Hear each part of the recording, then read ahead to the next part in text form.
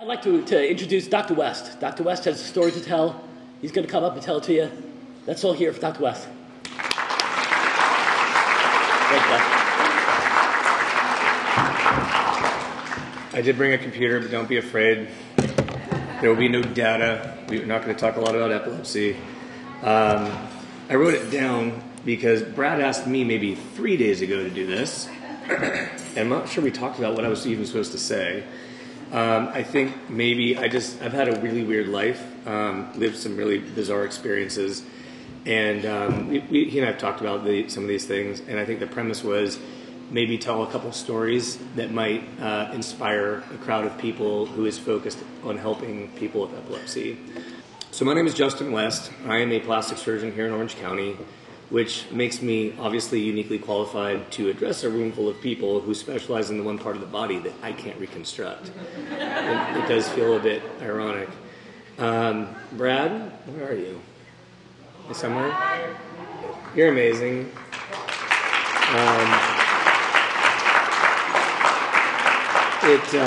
I've been here, I don't know how many times I've been here now, but it never ceases to amaze me how you get such incredible people from across the country to come and give up their time and their energy and their expertise to help the epilepsy community. I cannot thank you enough for building such an amazing program. This is incredible.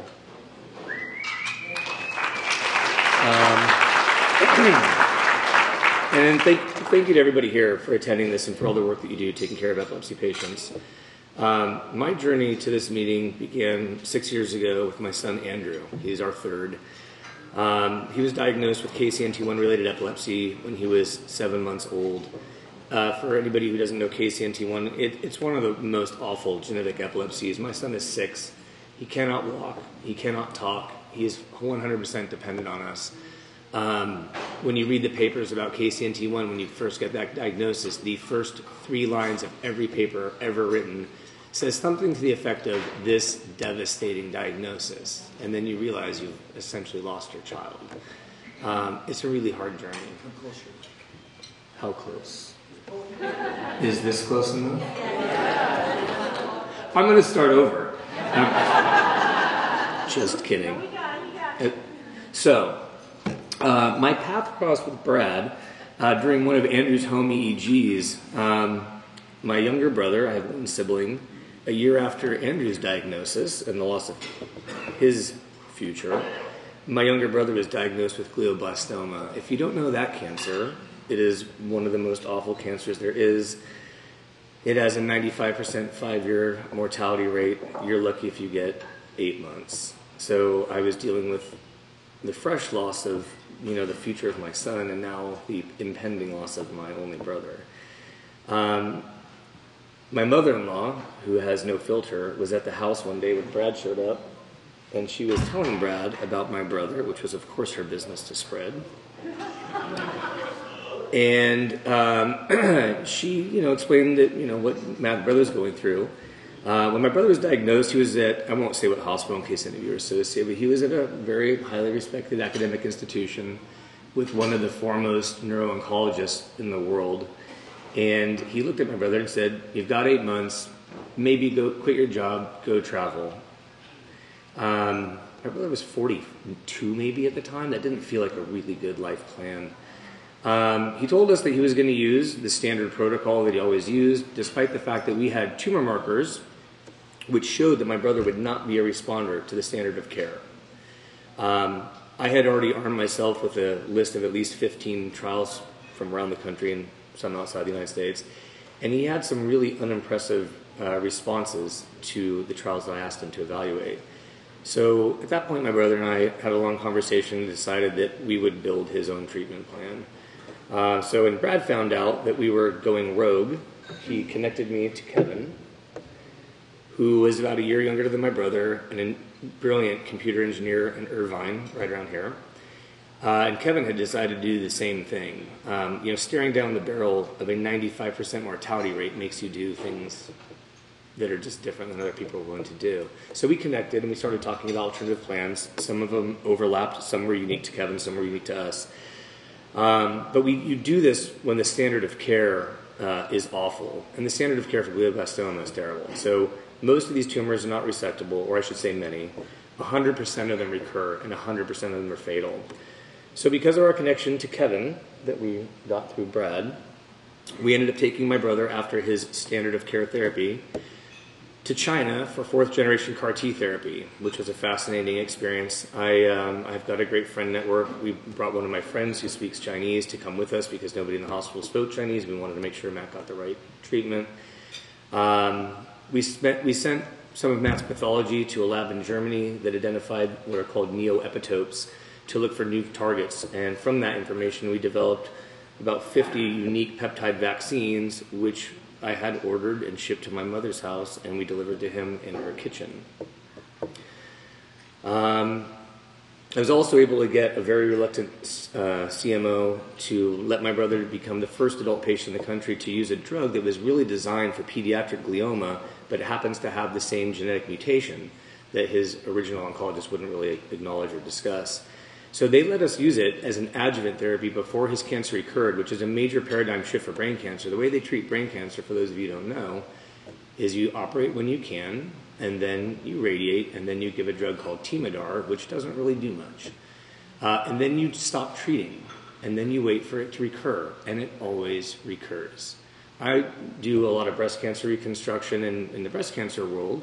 After you do, if a patient has a mastectomy and they've got a bad tumor that requires chemotherapy, we often treat before the surgery, then we do the surgery, then we sometimes radiate, and then we continue to place patients on chemotherapy in the hopes of staving off a recurrence. So empirically, the way they treated it to the stupid plastic surgeon in the room didn't make sense.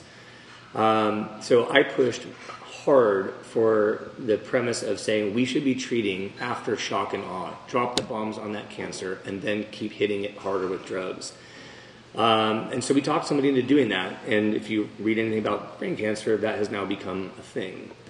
When we lost access to that drug, I figured out how to get it from Europe, and we had a consultation with a cancer doctor in a country I won't name, and we were able to have that drug sent by his nurse/flight attendant, and where we would deliver that drug to a hotel lobby in New York when we wanted to continue delivering that drug. The problem is when you recur on a trial drug, the first thing they do is typically stop it. The premise being that the cancer has changed and is no longer responding. The issue is it's unlikely that 100% of any given tumor is going to suddenly change all in one package.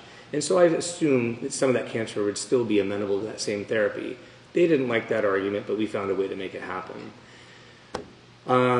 We talked another CEO of a team into letting my brother be the first patient in the country to use something called a tumor treatment field device, and we did that again as an adjuvant therapy before his recurrence instead of waiting for it to recur. So Matt was given 8 months, but we got him 4 years, and he had 4 really good years up until those last couple of months. Brad, I have no problem sharing at least some of the credit for that save with you, so thank you.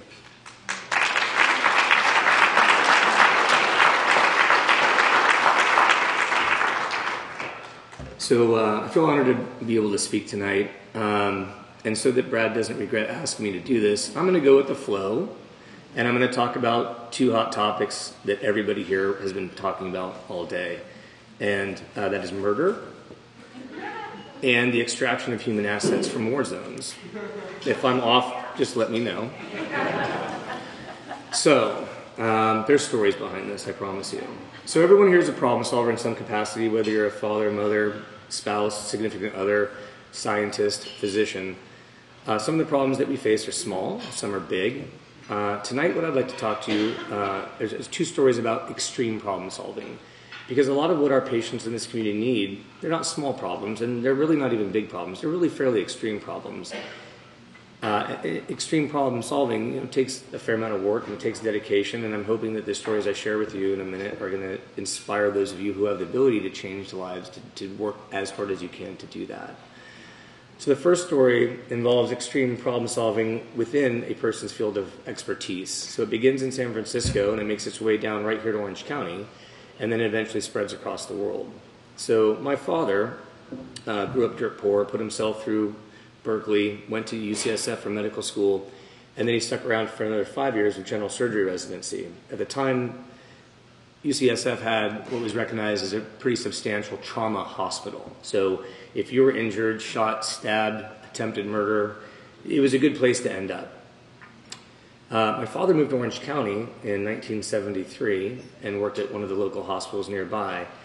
And he noticed right away that patients were dying from injuries that they did not die from at UCSF. And it just started eating at him. And the case that pushed him over the top was a 9-year-old girl came in. She had been in a car accident, and while the ER doctor was busy sewing up her face, she coded and died.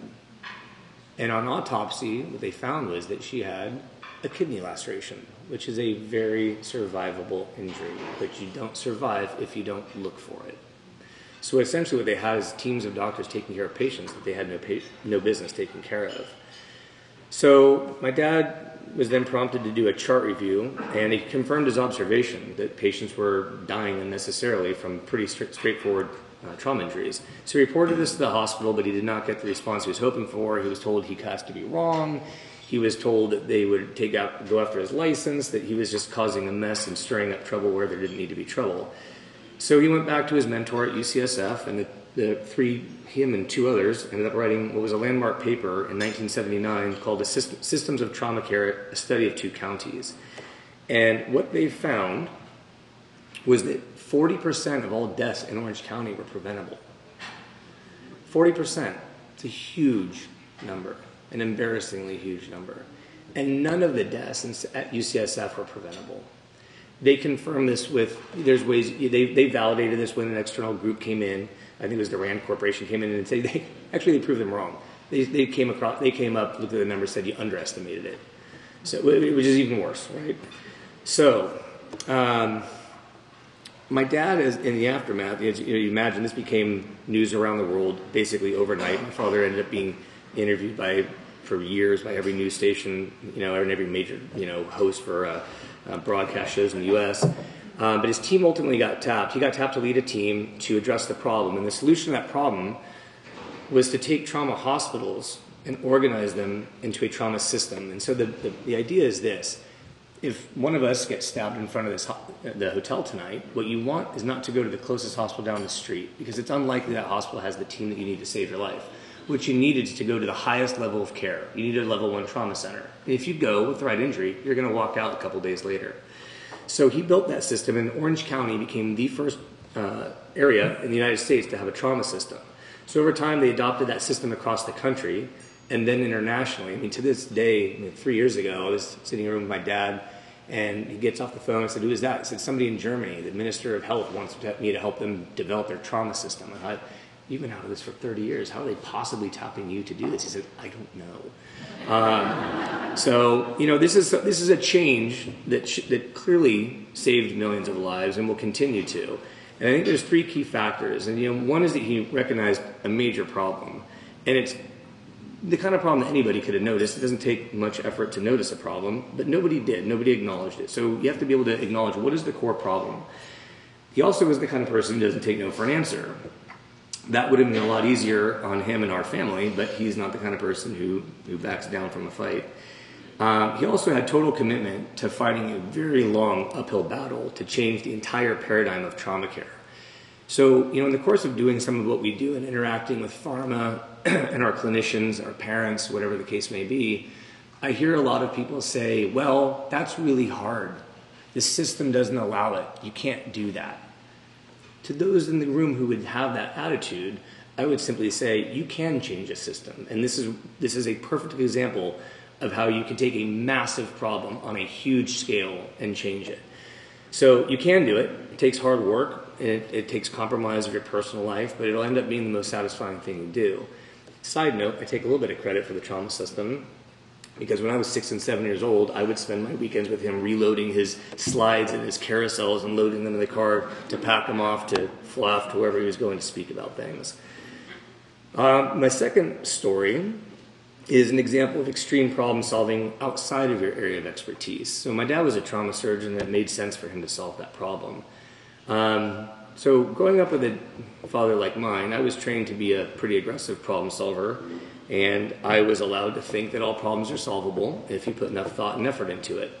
I grew up in a family that didn't really acknowledge excuses. And I guess if we had a mantra, it would be something like find a way, find the time, even when it comes at extreme personal cost. In the last 6 years, I've been handed a pile of problems that would probably break most people. So my son was diagnosed in 2017 with one of the most awful forms of epilepsy. In 2018, my brother got his glioblastoma diagnosis. 3 months after he was diagnosed and recovering, I was diagnosed with a highly unusual clot in my portal vein, which is usually something they only see in alcoholic cirrhotics, and I am neither of those things. That led me to end up having a TIPS procedure. So there is a tube that they roto-rooted through the very big vein going into my liver to keep it open so that I would not have to have a transplant. But that is the barrel of a gun I am staring down if my shunt ever clots off. I also run a busy full-time practice. I have 3 kids under the age of 11, one of whom is fully dependent. I've moved in these last 6 years across the country with my family twice, and I've lived in 4 different houses. Our kids have attended 5 different schools. My wife has changed jobs 4 times. I spent 2021, once we knew we were coming back from North Carolina, revamping my practice by flying across country, living here for 2 weeks, seeing patients, doing post-op care, pre-op care, then flying home. I've also led our foundation for the last 3 years, mostly through phone calls and emails that I make between patients, between surgeries, or in the late night hours after my kids go to bed. It's just me and our executive director, and for a small organization, I think we've been really successful. In 2017, when my son was diagnosed, there were 2 active drug discovery programs, and now we are up to close to 20. So we work pretty hard, and we know how to get stuff done. We know how to problem solve. So with that stage being set, I think it's pretty clear I have a pretty full plate. And then I was asked to solve another problem that's way outside my scope of practice. So Russia invaded Ukraine. Of course, you knew where this story was going. Russia invaded Ukraine in February of 2022. In March of that same year, my son started going downhill. He had been medically stable for quite a while. But he started not eating, he wouldn't drink. We were starting IVs every night in our home. My son is one of the few kids with our disorder who doesn't have a G-tube, which in some ways would make life easy, but it was just a line in the sand we said we weren't going to cross for him. So we were dropping NG tubes. We're essentially running an ICU out of our house because we knew every time we took Andrew to the hospital, he just got sicker. Some of our kids are just very situationally fragile. You know, when they go to the hospital, their seizures get worse. So I got desperate, and I contacted a person who had become a good friend of mine, Dave Weaver at Vanderbilt. Dave had built and gotten a grant for what's called a high-throughput system, looking for slack channel inhibitors, which is what works for my child's disease. He was looking at 200,000 compounds from around the world. So I called him. I said, Dave, it's lovely what you're doing. And best case scenario, in 10 years, you might find a drug for me that works. In the meantime, my kid is really, really sick, and I don't know if he's going to make it another 6 months. So I said, would you please consider screening the FDA-approved library bank to see if there's a drug that's already approved with safety data that we could potentially use for our son? And he said, sure. But he said, we won't find anything, but I'll do it for you as a favor. So a month goes by, and he calls and says, there's something weird happening here. I said, what is that weird thing, Dave? And it turns out they had over 20 hits that were slack channel inhibitors, and they had to validate those, and it turns out 19 of those hits were legitimate slack channel inhibitors. So within a few months, we put together a team, and we evaluated those drugs, and we picked the best drug based on potency, the ability to cross the blood-brain barrier into the brain, drugs that had been used in children where there's pediatric dosing guidelines, and now we have a drug that we've built an observational study for. My son's now been on that drug for 2 months. And I can share with you privately if you'd like how that's working. In December, I actually went and visited Dave for the first time during the AES meeting. I walked into his lab and said, show me the stuff that you do to find these drugs. And he said, that's our system. It feeds drugs into our HTS, and those are the 200,000 compounds from around the world. I said, where do they come from?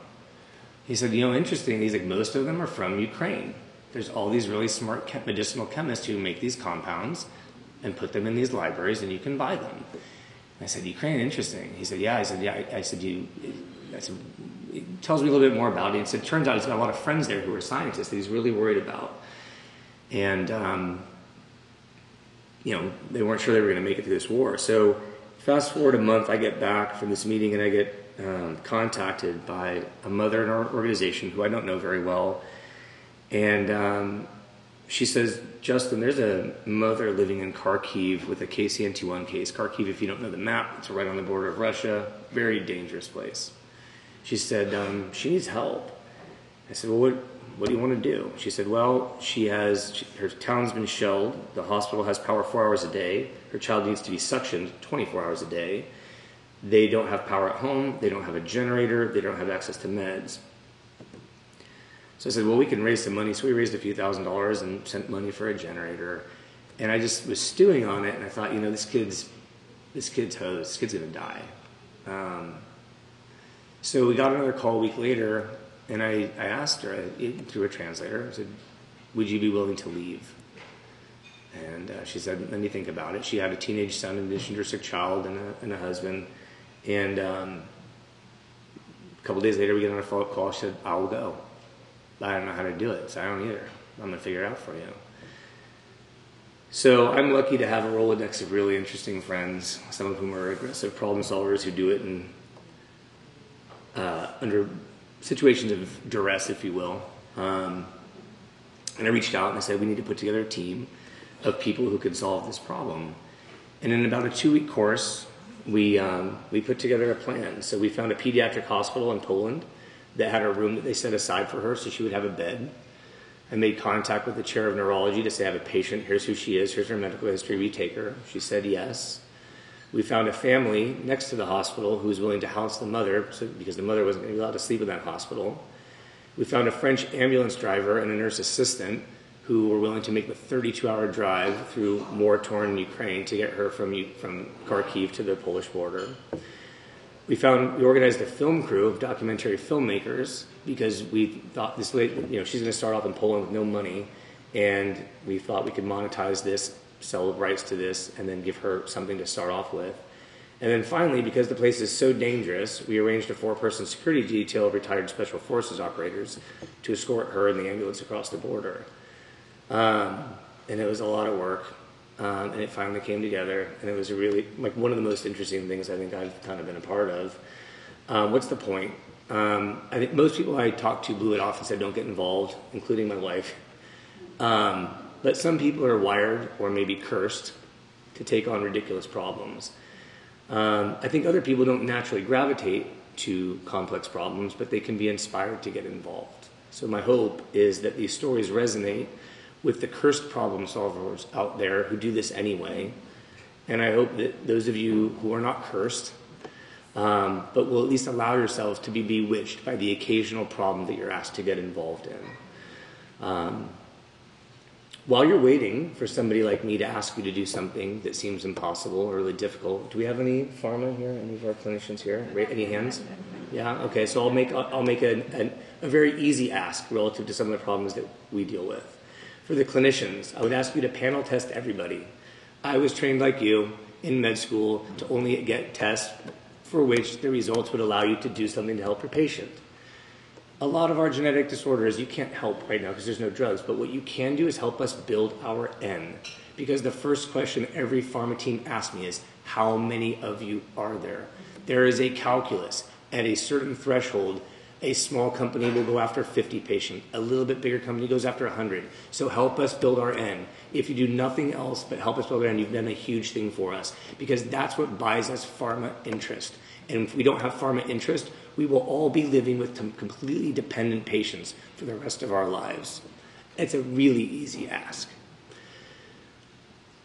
The next thing I would ask is optimize the healthcare of your patients while we're waiting for our targeted therapies. We went through some citizen data recently, and it showed that 95% of our patients are on 5 or more anti-epileptic drugs.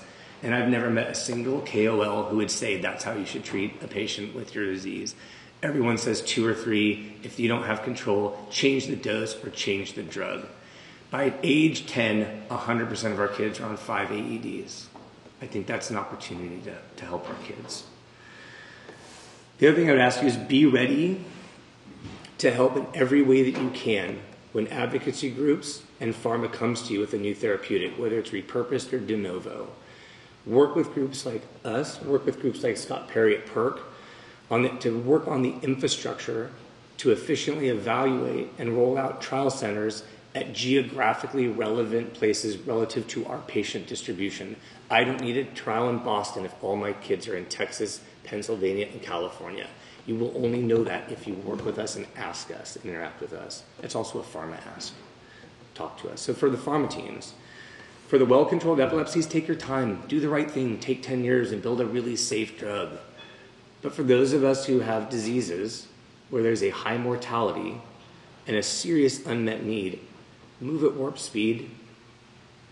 Remember, our kids are at risk for death every day. So yes, you have an onus for safety, but without a drug, our kids are dying anyway. So work fast. We do not need the best drug in 10 years. We need a good drug tomorrow.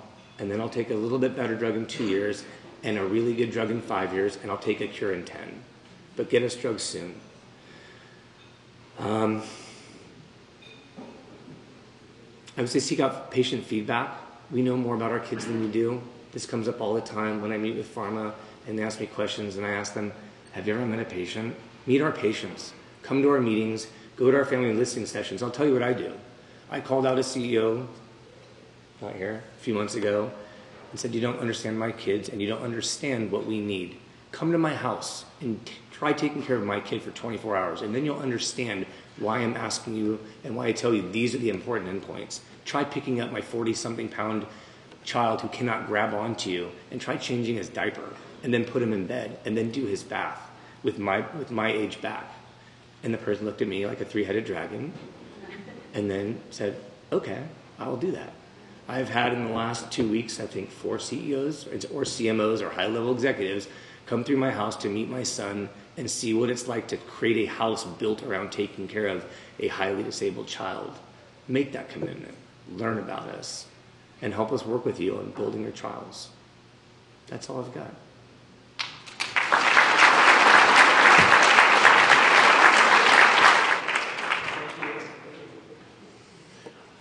I'm keeping it real short because I can't follow that. Really simple. Thank you.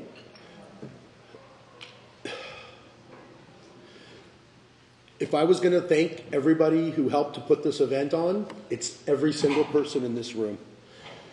Our small team that does this every year with us. All of the doctors who take time off from work to come here and volunteer to counsel and speak to families and advise every day. Unreal that you give us this time and the trust, and we thank all of you. All of you advocates who bring the families and go back home and boots on the ground in the trenches, thank you. All of you sponsors who give us the money to put this event on, thank you. Thank all of you guys. It's amazing, and I don't really have much else to say except let's eat cake.